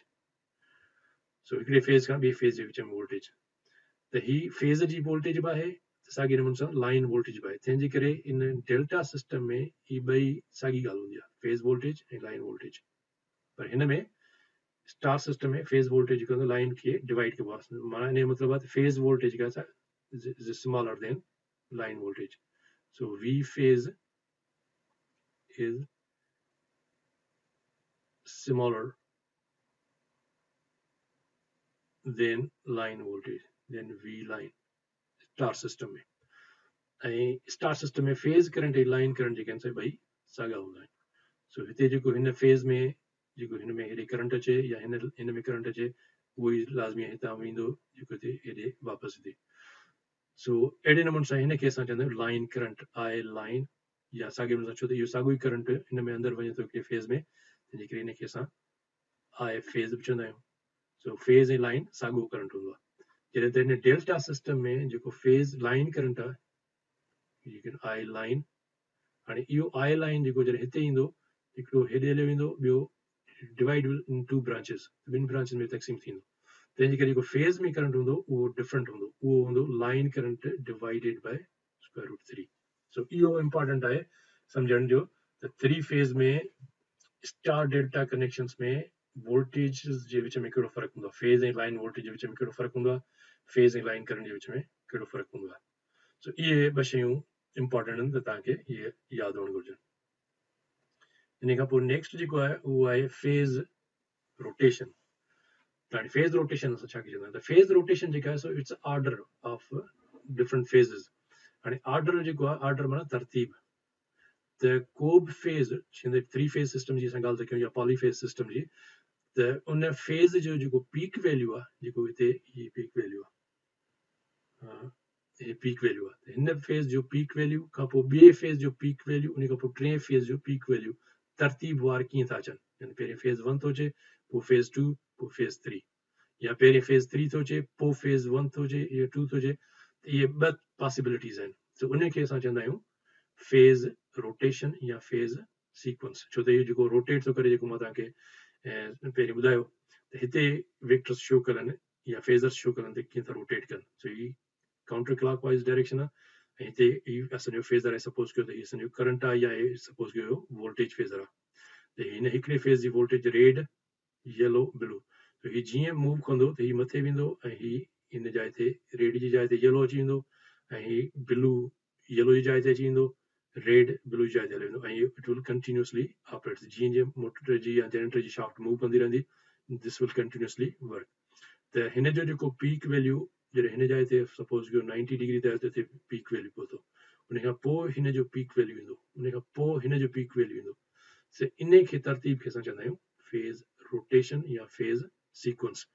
ऐं इहे ॿ पॉसिबिलिटीज़ मूं तव्हांखे ॿुधायूं त या त 1 2 3, यानी फेज़ 1 फेज़ 2 फेज़ 3, या पहिरियों फेज़ 3 पोइ फेज़ 2 पोइ फेज़ 1। ऐं इन्हनि जी जेका फेज़िस जी जेका लेबलिंग आहे डिफरेंट कंट्रीज़ जी पंहिंजी पंहिंजी हूंदी आहे। हिते नॉर्थ अमेरिका में ABC फेज़ रोटेशन चवंदा आहिनि। हिन रेड येलो ब्लू जाइ ते ही सपोज कयो त असांजो A आहे, ॿियो असांजो जेकॾहिं B आहे, त टियों असांजो जेको हूंदो उहो C हूंदो। सो ही सपोज कयो त असांजो आहे A, त हीअ असांजो फेज़ B, हीअ असांजो फेज़ C। यानी पहिरियों A ईंदो, उन खां पोइ B ईंदो, उन खां पोइ वरी ही C ईंदो। सो ABC फेज़ रोटेशन। ऐं अहिड़े नमूने सां कुझु कंट्रीज़ में वरी इन जो नालो आहे RST, R, ऐं हीअ आहे एस, ऐं हिनखे हिते टी सां कंदा। RST जर्मनी में ख़ासि तौर ते इहो यूज़ कंदा आहिनि सिस्टम। ऐं RYB जो जेको असां ज़िक्र कयोसीं, इहो असल में ब्रिटिश स्टैंडर्ड आहे। ब्रिटिश में हिनखे जेको फेज़िस खे यूज़ कंदा आहिनि RYB। पाकिस्तान में अञा ताईं बि इहो सिस्टम यूज़ थींदो आहे, RYB चवंदा आहिनि, रेड येलो ब्लू RYB, माना फेज़ A फेज़ B ऐं फेज़ C RYB सां। हे पाकिस्तान में इहो सिस्टम आहे। ऐं इंडिया में बि इहो साॻियो सिस्टम आहे। माना जेके बि ब्रिटिश कॉलोनीज़ हुयूं उते इहो ब्रिटिश स्टैंडर्ड राइज आहे। ऐं साॻे नमूने सां वरी ॿियो T1 T2 T3, ऐं ही T1 T2 T3 इहे ख़ासि तौर ते यूज़ थींदा आहिनि मोटर्स जे लाइ। मोटर्स जो फेज़ पहिरियों T1 पोइ T2 पोइ T3, ऐं लाइन जे लाइ ॿियो ही बि यूज़ कंदा आहिनि UVW यूज़ थींदो आहे। U देन V फेज़ देन W फेज़। सो ही सपोज कयो फेज़ हिते असांजो आहे फेज़ A 1 2 3, या हिनखे असां चवंदासीं A B C, या हिनखे असां चवंदा RST, या हिनखे असां चवंदा UVW, या हिनखे असां चवंदा T1 T2 T3। माना कहिड़ो पहिरियों थो चाहे। हीअ तमामु इम्पोर्टेंट आहे हे फेज़ रोटेशन, स्पेशली मोटर्स में। त जेकॾहिं मोटर्स जो जेकॾहिं फेज़ रोटेशन रॉन्ग आहे, ग़लती सां जेकॾहिं हिकिड़ो सपोज कयो त हिकिड़े हिनखे कयो आहे सिस्टम खे, सो जेको 3 फेज़ मोटर में इहो कनेक्शन इन करे इम्पोर्टेंट हूंदा आहिनि। त 3 फेज़ में मोटर्स खे पहिरियों दफ़ो स्टार्ट करण खां पहिरियों जेकॾहिं को नओं सिस्टम आहे, त नए सिस्टम में इहो हूंदो आहे त मोटर सां हमेशह को न को लोड कनेक्टेड हूंदो आहे। सो उन जे करे इहो थींदो आहे त जेकॾहिं नओं सिस्टम आहे, त नए सिस्टम खे बजाए जे जेकॾहिं मोटर सां असां पहिरियों हिते सपोज कयो त असांजो हिकिड़ो मोटर आहे, ऐं मोटर जी ई शाफ्ट आहे। हिन शाफ्ट सां हिते फैन बि थी सघे थो, या हिते पंप बि थी सघे थो, या कुझु बि थी सघे थो। तंहिंजे करे इनखे कनेक्ट करण सां पहिरियों, मैकेनिकल कनेक्शन करण खां पहिरियों छा कबो आहे, हिन मोटर खे बग़ैर कंहिं शइ जे इहे जेके 3 फेज़ कनेक्शन अचनि था, ऐं इहा ख़बर न आहे त हिन जी रोटेशन कहिड़ी आहे, त मैकेनिकल रोटेशन चेक करण जे लाइ हिन शाफ्ट जी हमेशह हिनखे अनकपल कबो आहे हिन जाइ तां। माना हिते कपलिंग जेका हूंदी आहे मैकेनिकल, हिन फैन हुजे या हिते पंप बि थी सघे थो, त हुन पंप खे या हिनखे हिन जो सिंबल्स जेके हूंदा आहिनि मैकेनिकल, ही पंप जो सिंबल आहे, त फैन हुजे या पंप हुजे, इनखे असां डिस्कनेक्ट कंदा आहियूं मैकेनिकली, ऐं पोइ ख़ाली मोटर खे तव्हां स्टार्ट करे ॾिसबो आहे त ही मोटर जेको आहे सो स्टार्ट थिए थो त हिन जी जेका रोटेशन आहे शाफ्ट जी, उहा शाफ्ट जी रोटेशन सही आहे या ग़लति आहे। ईअं न थिए त जेकर ही असांजो फैन या पंप कनेक्ट थियल हुजे ऐं असां ऑपरेट कयूं ही उबते डायरेक्शन में हेॾे ऑपरेट कंदो हुजे त पंप या फैन डैमेज थी सघे थो। तंहिंजे करे इहो इम्पोर्टेंट हूंदो आहे। ॿियो वरी इहो हूंदो आहे त कॾहिं कॾहिं इलेक्ट्रीशियन छा कंदा आहिनि, मेंटेनेंस जे लाइ मोटर खे कढी विया हिते तारूं तां डिस्कनेक्ट करे ऐं मोटर जी मेंटेनेंस करे वापसि आणिया, हुन ते निशान कोन लॻाइनि कहिड़ी तार कहिड़ी टर्मिनल ते वेंदी, त उन में बि ग़लती इहा कंदा आहिनि कॾहिं कॾहिं त हिकिड़ी तार जेकॾहिं हिन सां हिन में तब्दील करे छॾी ऐं स्टार्ट कबो त हीउ मोटर वरी उबतो हलंदो ऐं सॼो मैकेनिकल सिस्टम डैमेज थी सघे थो। तंहिंजे करे इहो ज़रूरी आहे त फेज़ रोटेशन जेका आहे सो इट्स वेरी इम्पोर्टेंट। ऐं हिते जेकॾहिं ही फर्ज़ कयो त जॾहिं असां नओं सिस्टम आहे ऐं उनखे असां चेक था कयूं, सपोज़ कयो त ही मोटर जी रोटेशन जेका शाफ्ट जी उहा हिन रॉन्ग रोटेशन आहे, असांखे सपोज़ कयो रोटेशन हिन डायरेक्शन में पई खपे, हाणे हुनखे करेक्ट कीअं कबो आहे त के बि ॿ फेज़ यानी 1 ऐं 2 फेज़ या ही 2 फेज़ या 1 ऐं 3 फेज़, ही फेज़ ऐं ही फेज़, किन बि ॿिनि तारुनि खे सिर्फ़ु हुनजी लोकेशन चेंज कबी आहे। हिनखे तव्हां डिस्कनेक्ट करे हिन जाइ ते लॻाइबो ऐं हिनखे हुन जाइ ते लॻाइबो, त के बि ॿ तारूं जेकर टई तारूं चेंज कबियूं त पोइ हुन सां को फ़र्क़ु कोन पवंदो। तंहिंजे करे हमेशह ही ॿ तारूं तब्दील कबियूं त हुनजी रोटेशन जेका आहे डिफरेंट थींदी। उहा जेका करेक्ट रोटेशन हूंदी त हुन खां पोइ तव्हां हिनखे थोरो बसि ऑन करे ऑफ करे छॾिबो आहे, रोटेशन ख़बर पइजी वई त सही आहे। जेकर सही आहे त पोइ वरी हे मैकेनिकल वारा पंहिंजो हिनखे सिस्टम खे कनेक्ट कंदा आहिनि। सो इहा phase rotation is very important. ऐं हिकिड़ो त इहो मोटर जे लाइ, ऐं साॻी नमूने सां वरी इहा फेज़ रोटेशन मोटर खां अलावा जनरेटर जे लाइ बि इंपॉर्टेंट हूंदी आहे। त जनरेटर जी जॾहिं असां सिंक्रोनाइज़ेशन कंदा आहियूं ॿिनि खां वधीक जनरेटर्स, हिकिड़ो सपोज़ कयो त हिन बस ते हिकिड़ो ही जनरेटर आहे, सपोज़ कयो जनरेटर G1 ऐं हिते ॿियो हिकिड़ो जनरेटर आहे उहो अॻे ई सपोज़ कयो G2 अॻे ई हले थो, क्लोज़ थियल आहे ब्रेकर ऐं हितां ही लोड खे ही सप्लाई थो करे हिन पासे लोड, ऐं ही ब्रेकर असांजो क्लोज़ आहे, ही लोड खे हेॾे सप्लाई थो करे, ही सपोज़ कयो असांजो लोड आहे या ट्रांसमिशन लाइन आहे, ही जनरेटर असांजो हले पियो थो। हाणे ही जनरेटर जॾहिं असां स्टार्ट करे हिनखे क्लोज़ कंदासीं त हिन खां पहिरियों असां हिनखे चवंदा आहियूं सिंक्रोनाइज़ेशन। सिंक्रोनाइज़ेशन उहा सिंक्रोनाइज़ेशन मस्ट हूंदी आहे। उनजे लाइ वन ऑफ द कंडीशन, उन 2-3 कंडीशन्स हूंदियूं आहिनि, पर उनजी हिकिड़ी कंडीशन इहा आहे त हीअ जेका फेज़ रोटेशन आहे, phase sequence, it must be the same. हाणे हिते जेकॾहिं हिन बस ते जंहिं ते ही जनरेटर अॻे हले पियो थो, ऑपरेट करे पियो थो, हिन जी जेकॾहिं रोटेशन सपोज़ कयो आहे A, B ऐं C, त हिन जनरेटर जी रोटेशन बि A, B ऐं C हुअणु घुरिजे, तॾहिं ही ॿई जेके आहिनि से पोइ सिंक्रोनाइज़ था कबनि। So one of the requirement is here त ही इन जनरेटर्स में बि इन जी फेज़ रोटेशन जी इज़ वेरी क्रिटिकल। सो इहो फेज़ रोटेशन ऐं फेज़ सीक्वेंस जे तव्हांखे मालूम थी वियो त छा खे चइबो आहे। इन खां पोइ नेक्स्ट जेको आहे उहा आहे इलेक्ट्रिकल पावर सिस्टम जो 2-3 ॿियूं शयूं। त इहे जेके फेज़र तव्हांखे मूं ॿुधायो, हाणे अहिड़ा इलेक्ट्रिकल डायग्राम्स जंहिंमें इहे इलेक्ट्रिकल क्वांटिटीज़ खे असां फेज़र्स सां शो कयूं, यानी करंट थियो, वोल्टेज थियो, पावर थियो, जीअं त अहिड़ा डायग्राम्स जंहिंमें उहे सभु क्वांटिटीज़ खे असां फेज़र्स सां रिप्रेज़ेंट कयूं, त अहिड़नि डायग्राम्स खे असां चवंदा आहियूं फेज़र डायग्राम्स।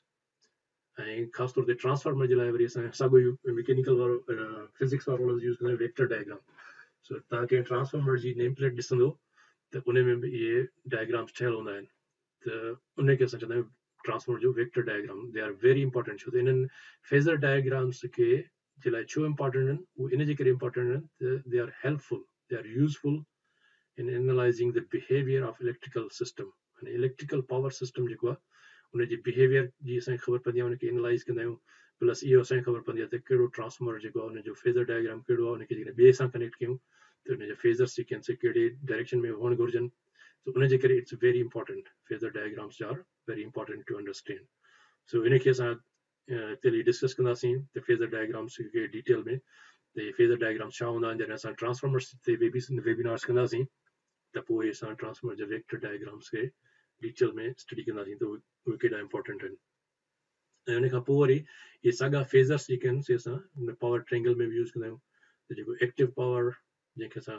रियल पावर या ट्रू पावर बि चवंदा आहियूं, रिएक्टिव पावर ऐं एपरेंट पावर, उन्हनि टिनी पावर्स खे जंहिं ट्रायंगल में फेज़र्स जे ज़रिए ज़ाहिर कंदा आहियूं, उनखे चवंदा आहियूं power triangle. It's very important. So next में तव्हांखे ॾेखारियां थो त पावर ट्रायंगल कीअं हूंदो आहे, ऐं उनजो डिटेल वरी असां अलॻि वेबिनार्स कंदासीं त उन में डिटेल में पढ़ंदासीं। ऐं हिन पावर ट्रायंगल खां पोइ वरी आहे ॿियो हूंदो आहे जेके सिंक्रोनस मशीन्स आहिनि, ऐं सिंक्रोनस मशीन्स में सिंक्रोनस जनरेटर बची वियो ऐं सिंक्रोनस मोटर बची वियो, इन खे असां चवंदा आहियूं सिंक्रोनस मशीन्स। उन्हनि सिंक्रोनस मशीन्स में वरी हिकिड़ो एक्टिव ऐं जेके रिएक्टिव पावर हूंदो आहे, छो त सिंक्रोनस में इहे ॿई शयूं हूंदियूं आहिनि, इन्हनि जो कैपेबिलिटी कर्व्स हूंदा आहिनि, त केतिरो उहे सिंक्रोनस मशीन्स कीअं ऑपरेट कंदियूं आहिनि, त उन मां तव्हांखे क्विक हिकिड़ो ओवरव्यू ॾियां थो नेक्स्ट स्लाइड में। त उन सिंक्रोनस मशीन जे लाइ जेको एक्टिव ऐं रिएक्टिव पावर हूंदो आहे, उन जी कैपेबिलिटी केतिरी हुजे, माना केतिरो उहो एक्टिव पावर सप्लाई करे सघनि थियूं या रिएक्टिव पावर केतिरो उहो सप्लाई करे सघनि थियूं, उन खां जेकॾहिं वधीक वेंदो त दे कैन बी डेमेज्ड। सो उहो जेको कैपेबिलिटी कर्व आहे, हाउ मच इट इज़ केपेबल, उनखे असां चवंदा आहियूं कैपेबिलिटी कर्व, या उनखे मोटर जेकी चवंदा आहियूं असां वी कर्व। सो इहो मां तव्हांखे नेक्स्ट स्लाइड में ॾेखारियां थो त कहिड़ा कर्व्स आहिनि,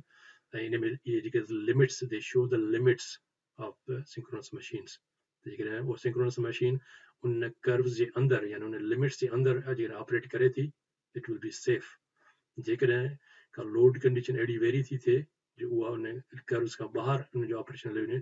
त machine can be easily damaged. सो इहो असां नेक्स्ट स्लाइड में तव्हांखे ॾेखारियां थो। सो सभ खां पहिरीं हिते क्विकली इहो असां ॾिसूं त वोल्टेज ऐं करंट जो जेको फेज़र छा खे चवंदा आहियूं, त हीउ हिकिड़ो मूं तव्हांखे ॿुधायो त वोल्टेज खे ऐं करंट खे असां हिनखे मैग्नीट्यूड खे ज़ाहिर करण सां हीउ एरो सां शो कंदा आहियूं, तंहिंजे करे असां हिनखे चवंदा आहियूं फेज़र। सो हीउ वोल्टेज फेज़र आहे, हीउ करंट फेज़र आहे, ऐं हिन ॿिन्ही जे विच में जेको टाइम डिफरेंस आहे, पहिरियों फेज़र जो पीक ते पहुतो, ॿियो केतिरी देरि खां पोइ पीक ते पहुतो, त उहो केतिरी देरि खां पोइ पीक ते पहुतो, उन खे असां बजाए जो टाइम सां ज़ाहिर कयूं, उनखे असां एंगल सां ज़ाहिर कंदा आहियूं, छो त इहे सर्किल में मूव था कनि, तंहिंजे करे असां हिनखे उनखे असां इन छो त इहे सर्किल में मूव था कनि, तंहिंजे करे असां उनखे ॾिसंदा त पहिरें कहिड़ो पीक ते पहुतो, पोइ बि कहिड़ो पीक ते पहुतो, त उनजो जेको टाइम डिफरेंस आहे उनखे असां एंगल सां शो कंदा आहियूं। ऐं हिते हिन डायग्राम में शो कयल आहिनि 3 phase line voltage and phase voltages. So हिते जेके स्मॉल तव्हांखे नज़र ईंदा, these small arrows, these are the phase voltages, means between phase to the neutral. So हिते ही जेको रेड आहे, इहो आहे A to the neutral, phase A खां न्यूट्रल ताईं, phase B खां न्यूट्रल ताईं, phase C खां न्यूट्रल ताईं। ऐं मूं तव्हांखे ॿुधायो त phase voltages are always smaller than the line voltage in star system. So he suppose कि इसमें star system जो है ये वेक्टर शो कयल आहिनि, ऐं ही जेको VAB आहे, it is the voltage between phase A and phase B, ऐं BC जेको आहे is the voltage between phase B and phase C। माना हिन ॿिनि फेज़ में ब्लू लाइन ऐं ग्रीन लाइन, इन ॿिन्ही जे क्रॉस में इहा, ऐं साॻिए नमूने सां फेज़ ही जेको तव्हांखे नज़र ईंदो, ही लाइट ब्लू, हीअ आहे V वोल्टेज CA, यानी बिटवीन फेज़ C, माना ही जेको फेज़ आहे, ही फेज़ वोल्टेज, हिन फेज़ वोल्टेज ऐं हिन फेज़ वोल्टेज जो समेशन आहे हिन ॿिनि जो, ऐं ही हिन ॿिनि जो। सो हिनखे जेकॾहिं असां ड्रा कयूं, मां तव्हांखे हिते ड्रा करे ॾेखारियां, त हिन सपोज कि बी खे असां जेकॾहिं अपोज़िट डायरेक्शन में वञूं, त हीअ असांजो थींदो वञे वोल्टेज माइनस BN।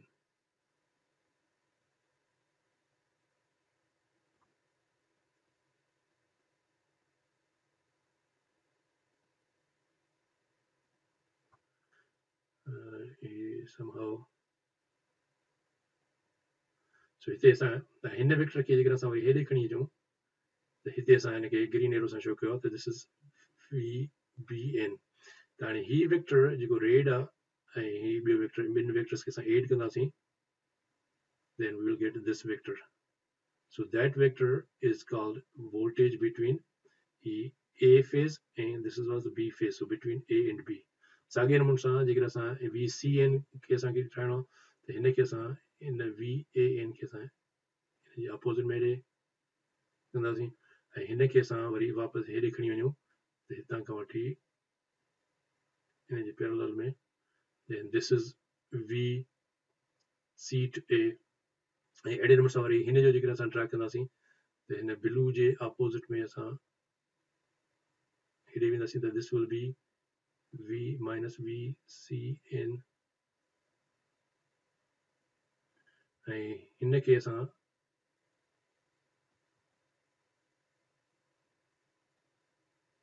हेॾे खणी अचूं हिते हिनखे हेठि कयूं then it will be VBC. So ही तव्हांखे आइडिया थी वियो त ही फेज़ वोल्टेजिस ऐं फेज़ करंट्स हिते वोल्टेजिस आहिनि साॻे नमूने सां असां करंट्स खे बि ईअं शो कंदा आहियूं। हुन खां पोइ हिते आहे हेठि power triangle. Next power triangle में तव्हां ॾिसंदो त ही सपोज कयो त असांजो वेक्टर ही आहे त मथे एग्ज़ाम्पल में मां तव्हांखे सम्झायां थो त उहो तव्हांखे वधीक क्लियर थींदो। हाणे सपोज कयो त ही असांजो वेक्टर आहे VI ऐं हिन खे जेकॾहिं असां माना हिन जो हिन I जो जेकॾहिं असां टू कंपोनेंट्स में रिज़ॉल्व कयो त हिकिड़ो कंपोनेंट असां ही ईंदो, ॿियो कंपोनेंट असांजो ही हूंदो। ऐं हीअ जेके तव्हांखे वेक्टर्स यादि हूंदा फिजिक्स में तव्हां पढ़िया हूंदा त हिन खे असां कंपोनेंट खे चवंदा आहियूं I cos phi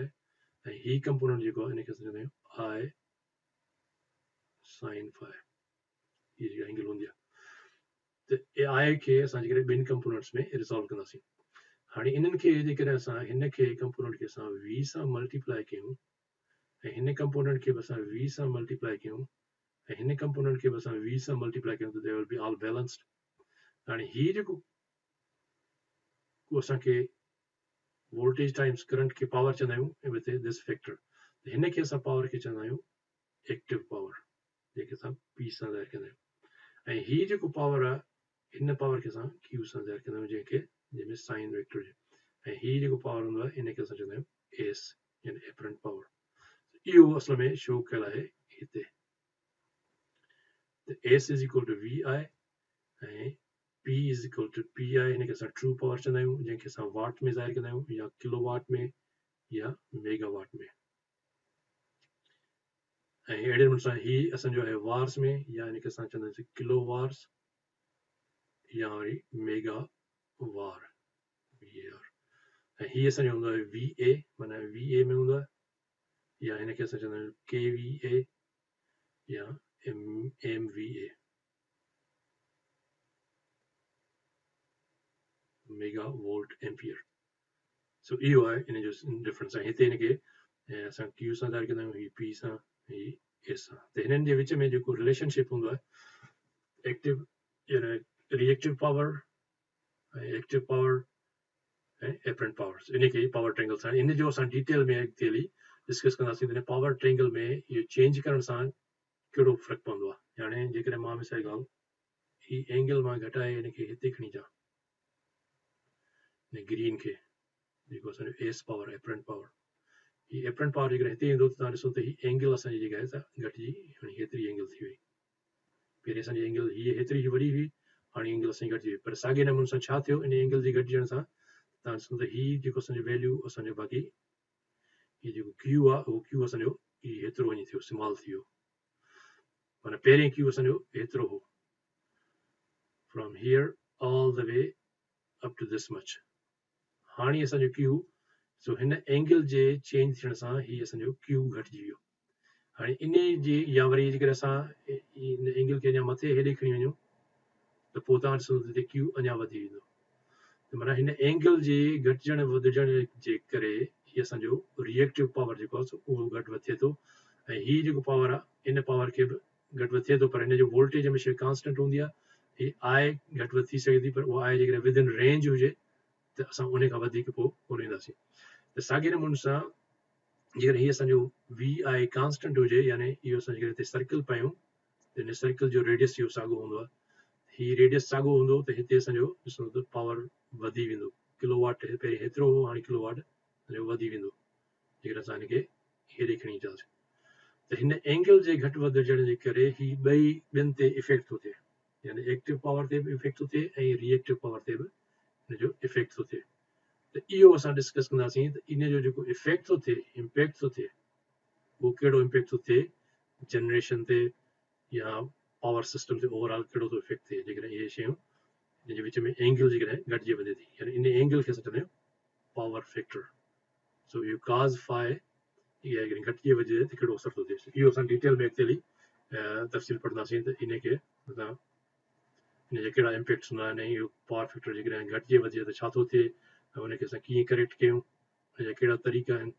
त इहो असां वरी अॻिते हली पावर फैक्टर जा जेके लेक्चर्स आहिनि उन में असां डिटेल में हिन वेबिनार्स में असां डिस्कस कंदासीं। ऐं हेठि लास्ट में जेको आहे उहो आहे हिकिड़े सिंक्रोनस मोटर जो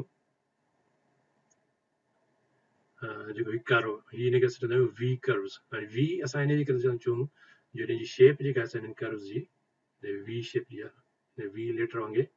तंहिं करे असांखे वी कर्व चवंदा आहियूं। हाणे हीअ वी कर्व छा खे था ज़ाहिर कनि? तव्हां इन पिक्चर खे तव्हां गौर सां ॾिसंदो तव्हांखे ॾिसंदो त हीअ आहे मोटर फील्ड करंट। ऐं सिंक्रोनस मोटर जे ऑपरेशन जे लाइ इहो आहे त सिंक्रोनस मोटर हमेशह ऑपरेट कंदो आहे एट सिंक्रोनस स्पीड, ऐं उहा सिंक्रोनस स्पीड जेका हूंदी आहे इज़ गिवन बाय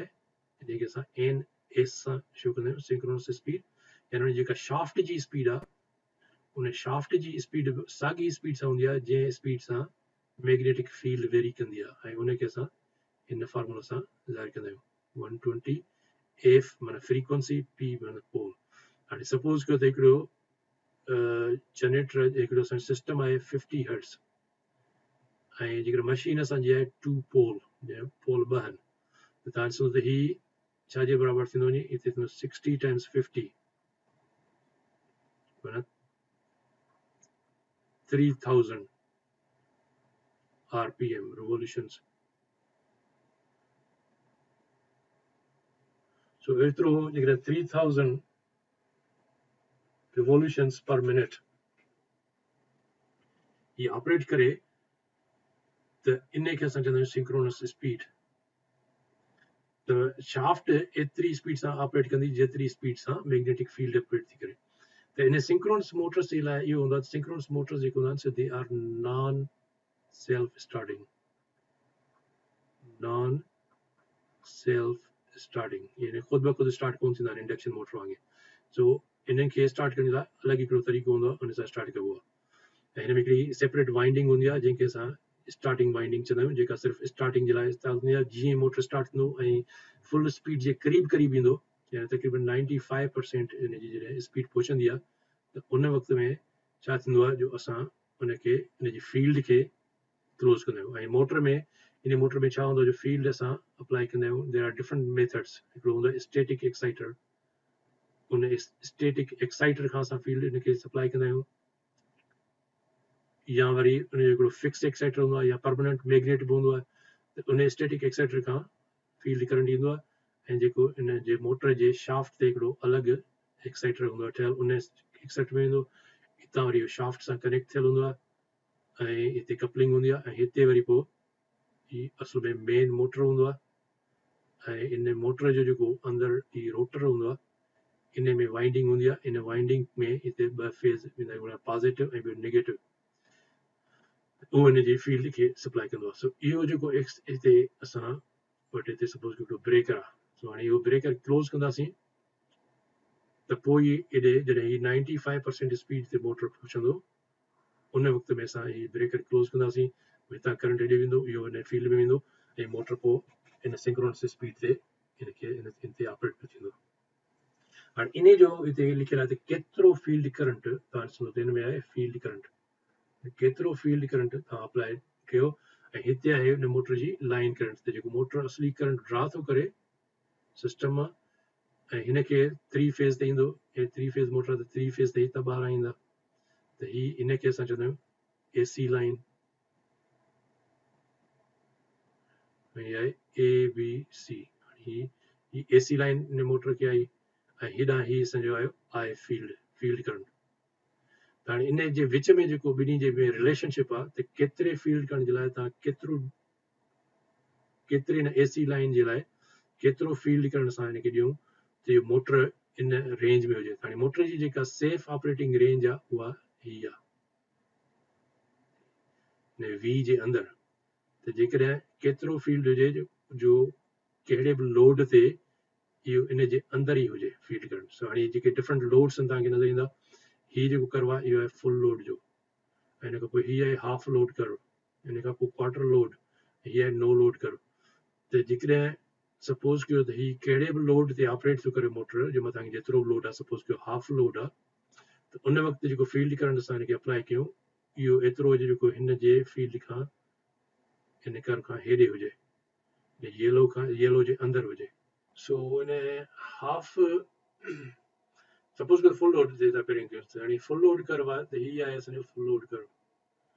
हिन full load ते असांजो जेको करंट हूंदो त हिन रेंज में हिन पॉइंट खां वठी जिते असां ही पॉइंट आहे हिन पॉइंट खां असां हिन सिधी लाइन ड्रा कयो ऐं ॿी पॉइंट आहे हीअ मैक्सिमम जी त हिन जे विच में ही जेको हेतिरो करंट आहे this should be the amount of current field current ते हितां खां वठी हेतिरो हिन जे विच में हेतिरो फील्ड करंट असां अप्लाई कंदासीं त हे जनरेटर जेको फुल लोड में जॾहिं ऑपरेट थो करे देन इट विल बी सेफ पर जेकर असां अञा वधीक फील्ड करंट ॾींदासीं त ही लिमिट क्रॉस करे वेंदो हेॾे या जेकर असां घटाईंदासीं त ही हेॾे हली वेंदो त इन जे में छा थींदो त ही जनरेटर जेको आहे जी सेटिंग्स हूंदी आहे हिते हिनखे चवंदा पावर फैक्टर सेटिंग्स so ही लेगिंग ऐं leading power factor in range खां आउट हली वेंदो ऐं जनरेटर विल ट्रिप सो ही जेको हिन जो एक्साइटर हूंदो आहे स्टैटिक एक्साइटर उन स्टैटिक एक्साइटर में इन जी सेटिंग्स हूंदी आहे त जेकॾहिं केतिरो फील्ड करंट वधी वञे then it should trip the motor खे असां ट्रिप कराईंदा आहियूं ऐं जेकॾहिं हिनखे असांखे यूनिटी पावर फैक्टर ते हलाइणो आहे त माना फील्ड खे घटाइण वधाइण सां हिन रेंज जे अंदरि we can control the power factor या the power factor जी ही लाइन हुजे या ही लाइन हुजे या यूनिटी हुजे त ही पावर फैक्टर लीडिंग हुजे या लेगिंग हुजे त we can control so synchronous motor जी इहा ख़ूबी आहे त synchronous मोटर जी फील्ड खे घटाइण वधाइण सां असां उन जे पावर फैक्टर खे घटाए वधाए सघूं था ऐं इंडक्शन मोटर में इहो कोन हूंदो आहे इंडक्शन मोटर में U can not change the power factor so इन जे करे इहो ही वी कर्व जेके आहिनि सो दे आर वेरी इंपॉर्टेंट त केतिरी रेंज में ऑपरेट थिए ईअं न थिए त जेको वधीक एक्साइटेशन असां ॾींदासीं त उनजी फील्ड वाइंडिंग डैमेज थी सघे थी छो त हुनजी लिमिट खां वधी वेंदो सो ही लिमिट्स असल में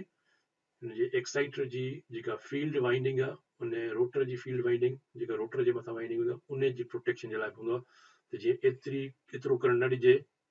वधीक जीअं हुनजी फील्ड सड़ी वञे डैमेज थी वञे या एतिरो घटाइजे बि न त जीअं जनरेटर रहंदो जेको आहे हिन सिंक्रोनाइज़ेशन मां निकिरी वञे जंहिंखे चइबो आहे आउट ऑफ स्टेप सो या हुनखे चइबो आहे आउट ऑफ स्टेप हिन सां जेको बिट हले पियो मैग्नेटिक फील्ड सां रोटेशन उहा घटिजी वेंदी तंहिंजे करे उहो जनरेटर ट्रिप थींदो ऐं जीअं हिन जी एक्साइटेशन ख़तमु थींदी त जनरेटर कैन डैमेज छो त हुन में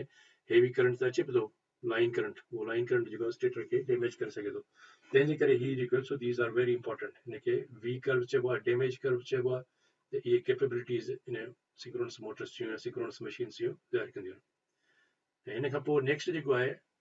असांजी तक़रीबन लास्ट स्लाइड आहे उहो आहे जनरेटर्स जे बारे में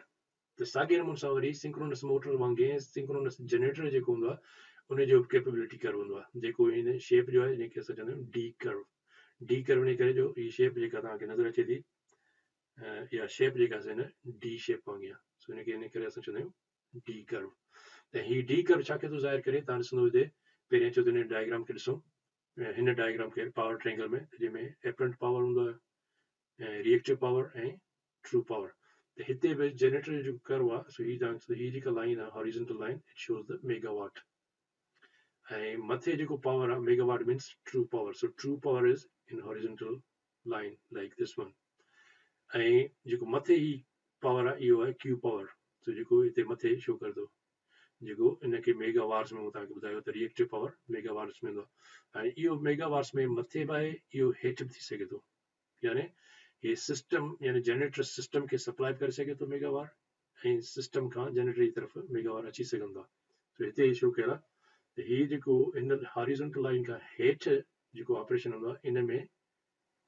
मेगावाट्स जेके आहिनि यानी reactive power is coming towards the generator ऐं हीअ जेको मथे हॉरिजॉन्टल लाइन खां हीअ जेको ऑपरेशन आहे इन में generator is supplying megawatts to the system ऐं साॻियो जनरेटर एक्टिव पावर त सप्लाई करे ई करे थो ॿिन्ही कंडीशन्स में पर रिएक्टिव पावर हिते जनरेटर जी तरफ़ अचे थो हिते जनरेटर मां ॿाहिरि सिस्टम ॾे थो वञे so this is very important to understand this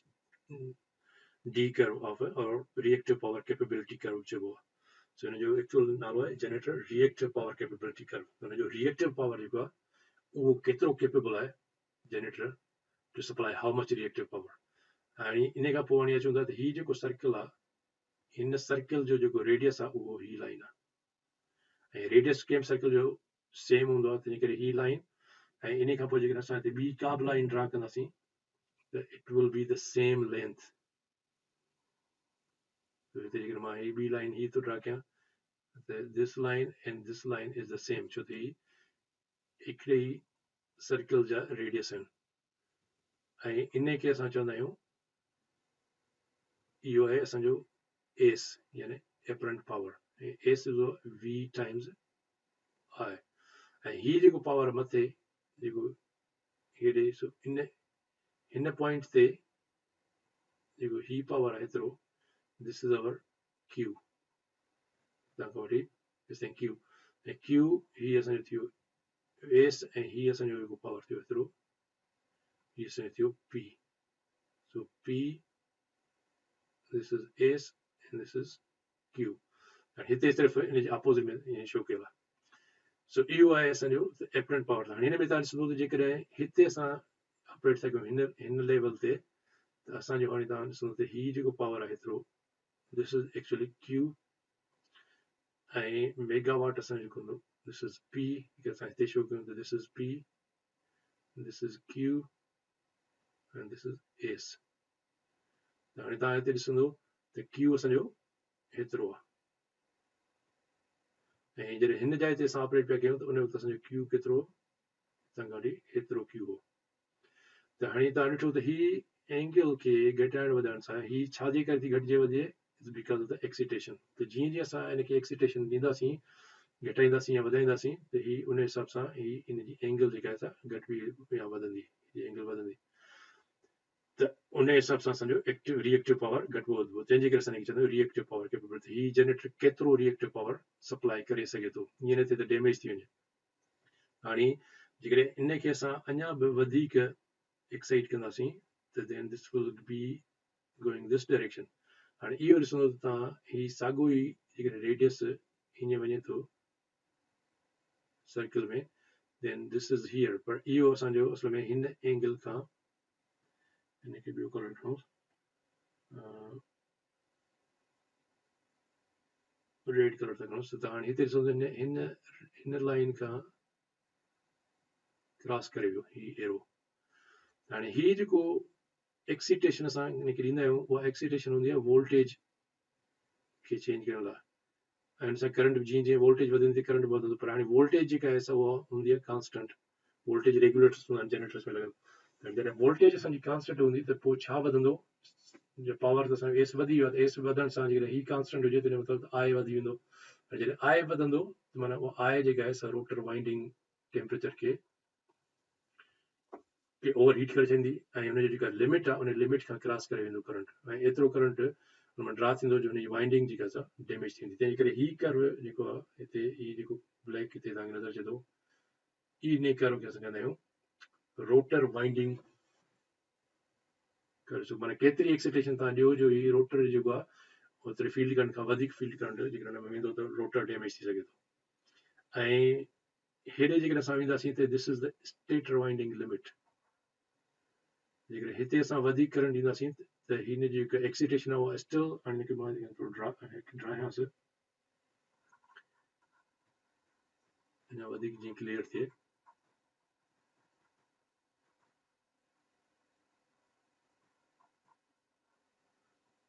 त हिन सूरत में वरी तव्हां ॾिसंदो त हिते जेका असां एक्सिटेशन जेतिरी आहे असां ॾिनी आहे, इहा हिन जे अंदरि ई आहे, त ही रोटर स्टिल सेफ आहे, रोटर स्टिल सेफ आहे, छो त असां एक्सिटेशन करंट इन लिमिट खां वधियो कोन्हे। पर जेकॾहिं हाणे हिन ते लोड जनरेटर ते वधी वञे ऐं लोड हेतिरो थी वञे, एक्सिटेशन त असांजी साॻी आहे, पर लोड जेकॾहिं वधी वञे त वोल्टेज त असांजी साॻी आहे, माना करंट असांजो वधी वियो। जॾहिं करंट वधी वेंदो त it will cross this limit,